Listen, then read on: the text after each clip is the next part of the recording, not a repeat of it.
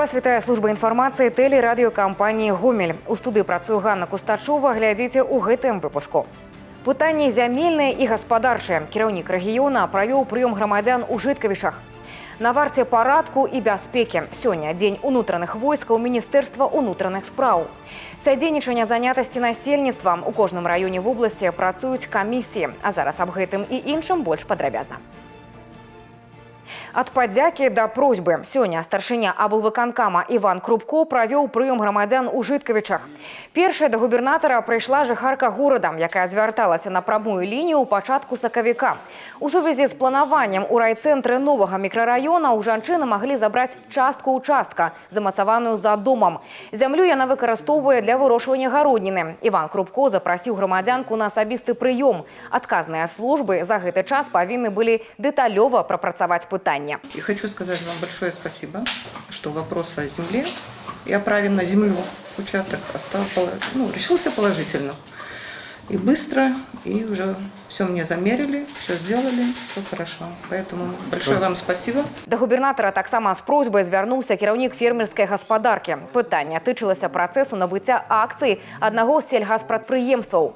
Фермер упэўнены, тэрміны прыняцця рашэння варта паскорыць. Существует такое 405-е постановление, которое каждой области ежегодно под ставку 6% под ставку выделяются ресурсы в рамках развития бизнес-плана или строительства объекта.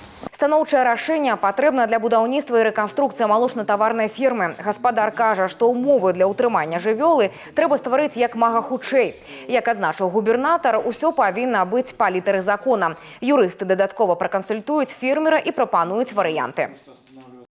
У дапамогу гаспадаркам рэгіёна на Гомельшчыне плануецца пашырыць колькасць механізаваных атрадаў. У гэтым годзе да 5 існуючых спецыялізаваных фарміраванняў дададуцца яшчэ 2 у Жыткавіцкім і Гомельскім раёнах. На базе Жыткавічы хімсервіс атрад толькі ўключыўся ў справу. Як ён працуе, даведалася Тацяна Пеменёнкава. Новая тэхніка, своечасовая выплата заработнай платы і сацыяльныя гарантыі. Артём Талавікоў на працу ў Жыткавічы хімсервіс прыйшоў паўгады таму. Зараз мужчына заняты на падрыхтоўчых работах на палетках у гаспадарцы Турыўшчына. Наступны этап – пасяўная. Как бы нравится все, тем более новая техника. Ездит она очень хорошо, никаких пока проблем нету. Вот возим пока органику, пришла тоже новая техника, рум. Будем удобрения разбрасывать. С 8 до 7 часов вечера работаем. Все очень хорошо. Платят все вовремя. Новый атрад створаны ў гэтым годзе. Гэта не толькі абноўлены машына-трактарны парк, але і іншы погляд на арганізацыю працы. Так вырашана пашырыць яе геаграфію. Дагэтуль асноўная ўвага надавалася Жыткавіцкаму раёну. Зараз дапамога на колах адпраўляецца і ў суседнюю Петрыкаўшчыну. Для высокакваліфікаванай працы прадпрыемства інвестуе не толькі ў тэхніку, але і людзей. Условия труда, конечно, само собой. У нас в организации мы и зарплатой, когда работает сезон, зарплата доходит, кто хорошо работает, это до 3,5 тысяч. Ну и также дополнительное то, что сегодня с этого года ввели трактористам, кто приходит на работу, это получение жилья арендного без очереди. У мінулым годзе на тэрыторыі Гомельшчыны працавалі 5 механізаваных атрадаў. Разнастайны спектр аказання паслуг дапамог аграрыям у патрэбны тэрмін скончыць работы падчас пасяўной кампаніі і нарыхтоўкі кармоў. Новый атрад у Жыткавічах 6-й у рэгіёне. Дополнительно в этом году будет создан еще один механизированный отряд на базе Гомель агрокомплекта для, опять же, оказания помощи, проведения своевременных работ в сельхозпредприятиях нашей области.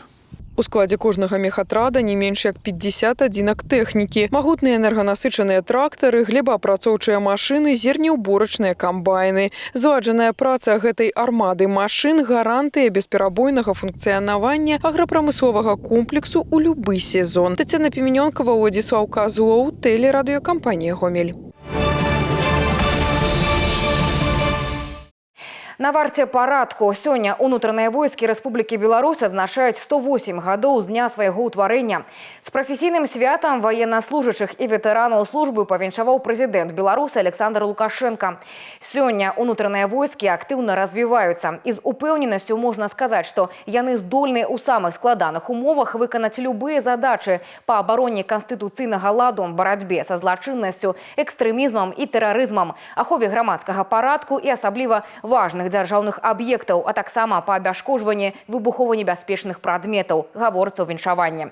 У вайсковую часть 55-25 завіталі нашы корэспандэнты. Абарона дзяржаўных аб'ектаў, барацьба з тэрарызмам і дапамога ў ахове грамадзян краіны. Унутраныя войскі гатовы выконваць любыя пастаўленыя задачы. Вайсковец Даніил Грынь упэўнены, абараняць парадак і людзей не проста праца, а абавязак кожнага мужчыны.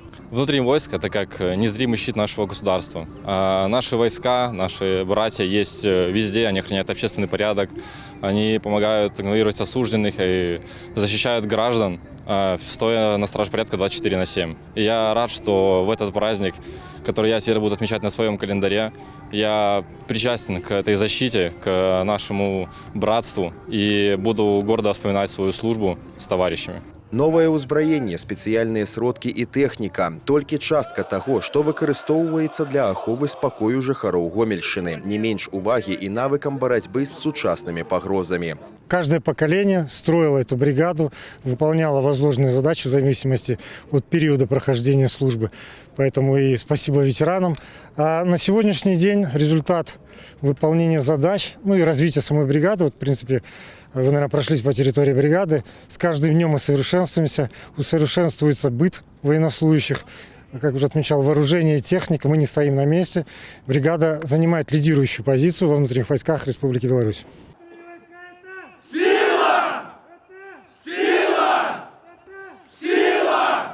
Унутраныя войскі – гэта сіла. Дэвіз вайсковай часці 55-25. Кожны, хто нясе службу тут, падтрымлівае гэтыя словы і дадае. Гэта яшчэ і гонар, бяспека і адданасць радзіме. Сёння, у дзень унутраных войскаў, вайскоўцы ладзілі свята, на якім паказалі ўсё тое, чаму навучыліся за час службы. Марш-кідкі, баявая падрыхтоўка і пастаянная гатоўнасць дзейнічаць. Гэтыя словы не пусты гук для вайскоўцаў вайсковай часці 55-25. На працягу 36 гадоў яны аберагаюць спакой жыхароў Гомельшчыны. І сёння, не гледзячы на сваё свята, вайскоўцы гатовы выканаць свой воінскі абавязак. Военнослужачыя ўнутраных войскаў з гонарам нясуць нялёгкую, але пачэсную службу, забяспечваючы пакой і стваральную працу грамадзян, дэманструючы высокі прафесіяналізм, дысцыпліну і самаадданасць. Кожны, хто выбраў сваёй жыццёвай сцежкай абароны радзімы і народу, сёння з высока паднятай галавой кажа «Служу айчыне». Михаил Синицын, Игорь Марышченко, телерадиокомпания «Гомель».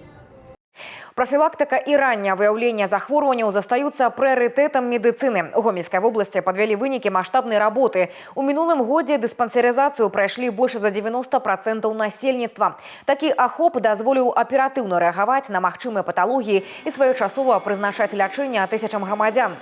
Умацоўваецца і дыягнастычная база. Яскравы прыклад – Рэчыцкая цэнтральная раённая бальніца, дзе ўвялі ў эксплуатацыю сучасны апарат МРТ. Усяго за мінулы год у вобласці абсталяваныя 3 адпаведныя кабінеты. Гэта дазволіла істотна скараціць час чакання планавых процедур. Сёння ён не перавышае 40 дзён. Позволит улучшить доступность и качество оказания медицинской помощи не только Реческому району, но и тем районам, которыми закреплены. Это Лоевский, Брагинский. Вот.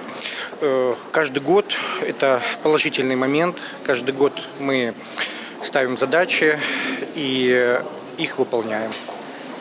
У вобласці планамерна абнаўляецца і матэрыяльна-тэхнічная база першаснага звяна. Сёння аўтапаркі устаноў аховы здароўя рэгіёна папоўніліся новай тэхнікай. Ключы ад 15 легковых аўтамабіляў медыцынскай дапамогі перадалі прадстаўнікам раённых бальніц. Мы подводим не только итоги 2025 года, но и в целом пятилетки, так как закончилась реализация программы «Здоровье народа и демографическая безопасность». К концу реализации программы мы подошли, в принципе, с неплохими показателями. Область выполнена 25 2 показателя из 23, улучшены медико-демографические показатели. В области наблюдается снижение общей смертности. По итогам прошлого года существенное снижение детской смертности и младенческой смертности. З гэтага года ў Беларусі пачынае дзейнічаць новая дзяржаўная праграма «Здароўе нацыі». Праект прадугледжвае далейшую цыфравізацыю медыцыны, умацаванне кадравага патэнцыялу і ўкараненне інавацыйных метадаў лячэння. На Гомельшчыне ўжо вызначаны шлях для яе рэалізацыі. Дасканальна разабраць жыццёвую сітуацыю, знайсці рашэнне. У кожным раёне Гомельшчыны створаны пастаянныя камісіі па садзейнічанні занятасці насельніцтва. У складзе прадстаўнікі сацабароны, праваахоўных органаў, падатковай інспекцыі. Як вядома, статус незанятага ў эканоміцы мяркуе аплату жыллёва-камунальных паслуг па тарыфах, што забяспечваюць поўнае пакрыццё выдаткаў на іх аказанне. Працяг тэмы ў наступным сюжэце. Штомесяц на сустрэчы ў раённых аддзелах унутраных спраў запрашаюць асоб, якія стаяць на прафуліках у міліцыі. Кожная сітуацыя разглядаецца індывідуальна. Абмяркоўваюць праблемы, якія ўзніклі ў людзей пры самастойным пошуку працы. Регистрация проживания, больше ничего. Все от этого отталкиваются. Трудоустройство есть, конечно, желание очень большое. А какие варианты? Некоторые вакансии дали там на Красную Гвоздику, допустим, еще там несколько штук. Зацікаўленыя службы вывучаюць адукацыю, працоўныя навыкі і запыты грамадзян. З улікам атрыманай інфармацыі прапануюць вакансіі. Удзельнічаюць у працэсе і прадстаўнікі наймальнікаў. Одна из основных задач – это помочь данным гражданам вернуться к нормальной жизни. Как показывает практика, один из самых действенных способов – это труд. Мы собираемся, выслушиваем их, записываем, у кого какие вопросы. В случае, если лицо изъявляет желание трудоустроиться, ему дают направление, как непосредственно нанимателю, приходят к нам наниматели, либо направление в центр занятости, где уже лицо выбирает работу по призванию, может, по душе, то, что ему необходимо. Імёны тых, хто звольніўся і адразу працу не знайшоў, праз некалькі месяцаў з'явяцца ў базе незанятых у эканоміцы. Аўтаматычна на ўліку адказных органаў ёсць дадзеныя ўсіх грамадзян працаздольнага ўзросту. Цяжорганы выключаюць з базы прозвішчы працаўладкаваных, а таксама навучэнцаў, прадпрымальнікаў, людзей з інваліднасцю. Если гражданин работает по контракту или трудовому договору, тогда Фонд социальной защиты населения Министерства труда и социальной защиты предоставит такую информацию. Если гражданин обучается на дневной форме образования, эту информацию предоставит Министерство образования. Информацию об инвалидах предоставляет Министерство здравоохранения. Кожная адміністрацыя і выканкам маюць доступ да спісу незанятых грамадзян. Адсюль і задачы пастаяннай камісіі – праінфармаваць кожнага аб знаходжанні ў базе, пракансультаваць, паведаміць аб наступствах і прапанаваць варыянты працаўладкавання. Разглядаюць і заявы ад людзей аб прызнанні іх занятымі ў эканоміцы. Гэта, дарэчы, трэба пацвердзіць дакументальна. Рассматриваем документы, прилагаемые гражданами для освобождения от уплаты тарифов ЖКВ в том объеме, которое произошло начисление. Люди к нам обращаются за освобождением их, либо за каким-то рассмотрением вопросов в части тяжелой жизненной ситуации. Любая категория граждан, если она попала в перечень, допустим, по начислению ЖКУ, либо любых других вопросов, и человек просто захочет обратиться к нам за оказанием содействия, мы окажем содействие это в тех полномочиях, которые мы имеем право.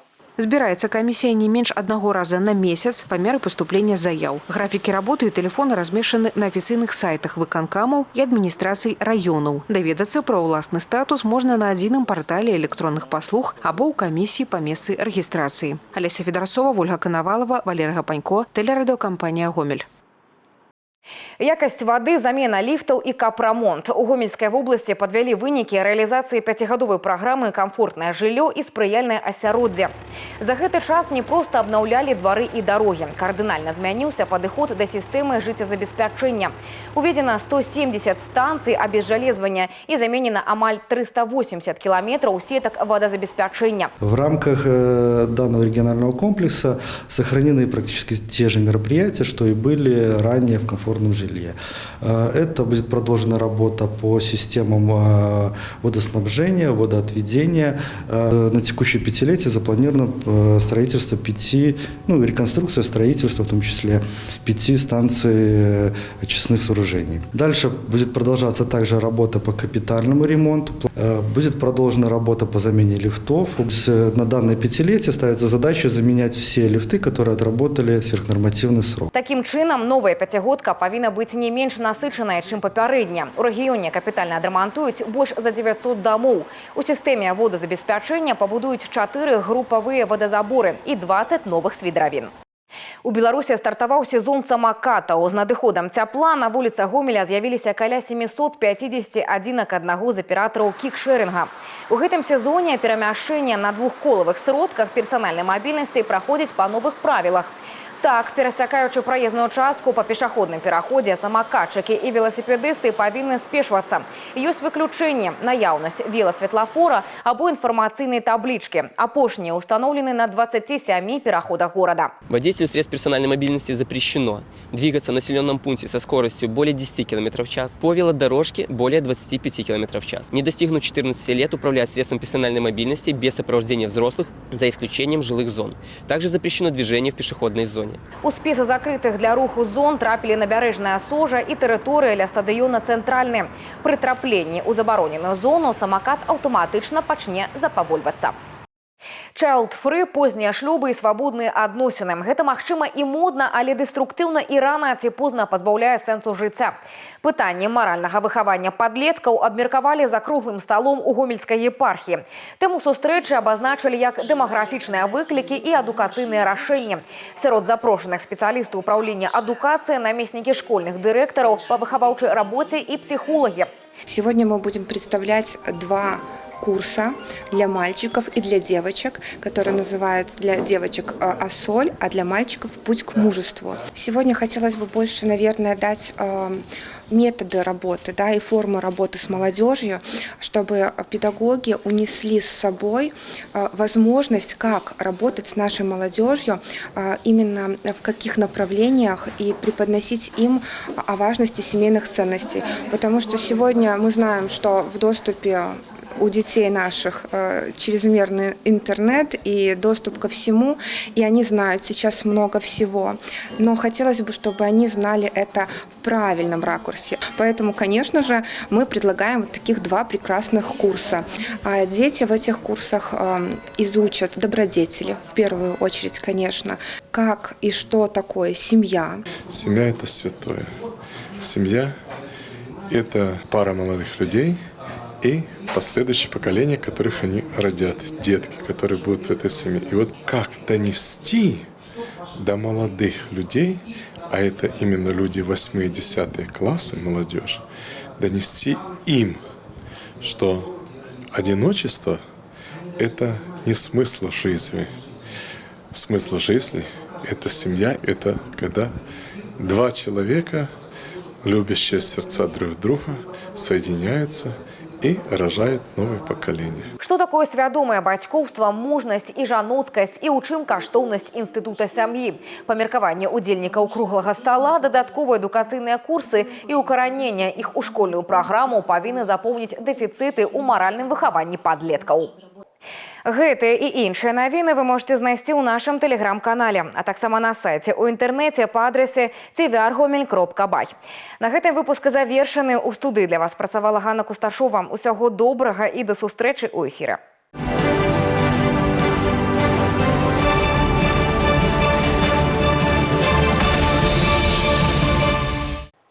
Эфир телеканала «Беларусь-4» продолжает де-факто. В студии Ирина Гладченко. Здравствуйте. В Лельчицах мелиоративном канале утонул молодой человек. Погибшего обнаружили и извлекли из воды прохожие. Тело находилось на расстоянии 1 метра от берега. Причины и обстоятельства произошедшего устанавливаются. В Жлобинском районе нетрезвого бесправника останавливали со стрельбой. Вблизи деревни Коротковичи водитель Мазды проигнорировал требования инспекторов ГАИ об остановке и лишь ускорился. Нарушитель вилял по дороге, создавая реальную угрозу жизни и здоровью граждан. Для остановки авто сотрудники использовали табельное оружие. Водитель и пассажир попытались убежать, но были задержаны. За рулем оказался житель Калинковичей. Мужчину ранее неоднократно лишали права управления, в том числе за нетрезвое вождение. Как итог, составлено 7 административных материалов. Решается вопрос о возбуждении уголовного дела за повторное в течение года нетрезвое вождение и конфискация транспортного средства.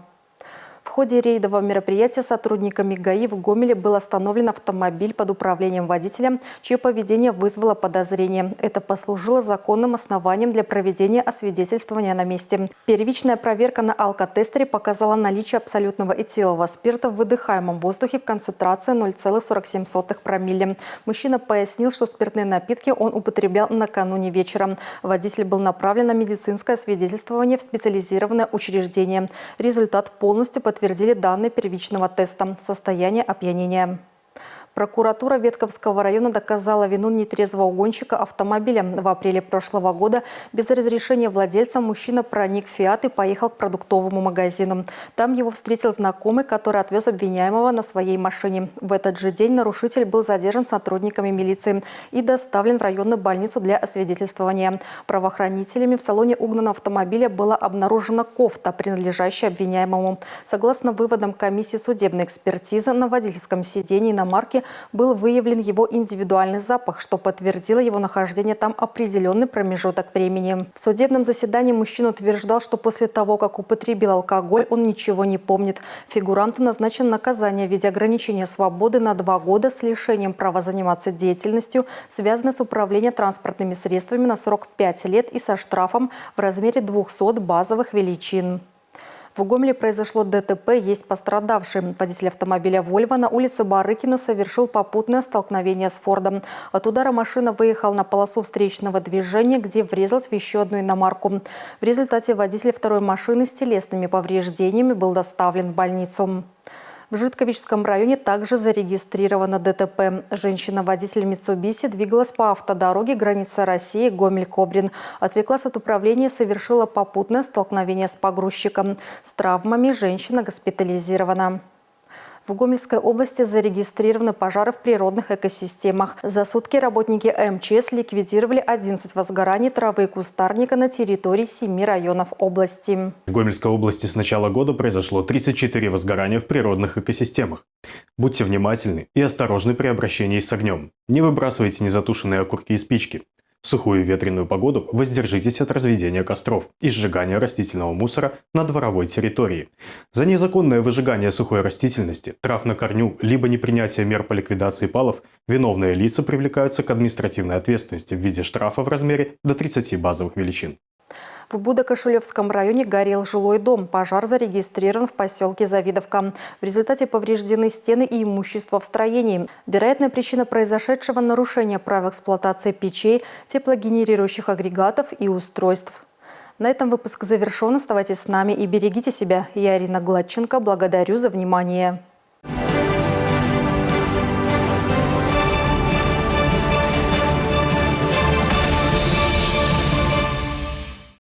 Стал известен состав сборной Беларуси по футболу на товарищеские матчи против команд Кипра и Армении. В окончательный список вошли 24 футболиста. Планируется, что уже 22 марта белокрылые отправятся в Ларнаку, а 27-го они прилетят в Ереван. Товарищеские поединки с киприотами и армянами станут для нашей сборной важным этапом подготовки к 5-му розыгрышу Лиги наций УЕФА. Белорусская дружина, напомню, попала в квартет С1 и в сентябре-ноябре этого года будет соперничать с командами Албании, Финляндии и Сан-Марино.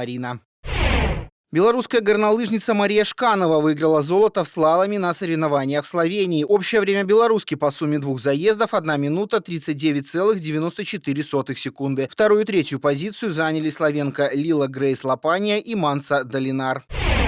В копилке белорусской сборной появилась первая медаль основного этапа чемпионата России по биатлону в Тюмени. По итогам суперспринта Дмитрий Лазовский поднялся на вторую ступень пьедестала почета. Один из лидеров нашей команды закрыл все 20 мишеней и показал высокую скорость на лыжне, что позволило ему пересечь финишную черту вторым. Победителю Дмитрий Лазовский уступил 14 секунд. Молодежная сборная Беларуси по хоккею на траве выиграла международный турнир Ташкент Оупен. В финальном поединке удалось одолеть сборную Узбекистана 6-5. У белорусок по дублю оформили Полина Робок и Дарья Чверкалюк. Еще по одному взятию ворот на свой счет записали Майя Новицкая и Ульяна Пупко. Александра Соснович выступит в основной сетке турнира в американском Майами. В матче второго отборочного раунда белоруска сломила сопротивление мексиканки Ренаты Сарасуа 6-3-6-4. В первом сете был только один брейк в шестом гейме, однако белоруске этого для выигрыша хватило. По ходу второй партии она вела 4-1, позволила сопернице сократить разницу в счете до минимума, но в концовке оказалась более собранной и напористой. Соснович закрыла игру, избежав третьего сета. В Могилеве стартовал первый этап республиканского турнира по настольному теннису «Кубок надежд» на призы президентского спортивного клуба. Приехали юные спортсмены и спортсменки из всех областей и города Минска. Каждый год популярность соревнований растет, а заявок становится больше. На этот раз почти 180. Это новый рекорд турнира. А в Гомеле тем временем завершилось первенство страны по греко-римской борьбе среди юношей 2009-2010 годов рождения. В активе спортсменов нашей области 7 медалей. Среди них 3 высшей пробы. В общекомандном зачете регион занял второе место.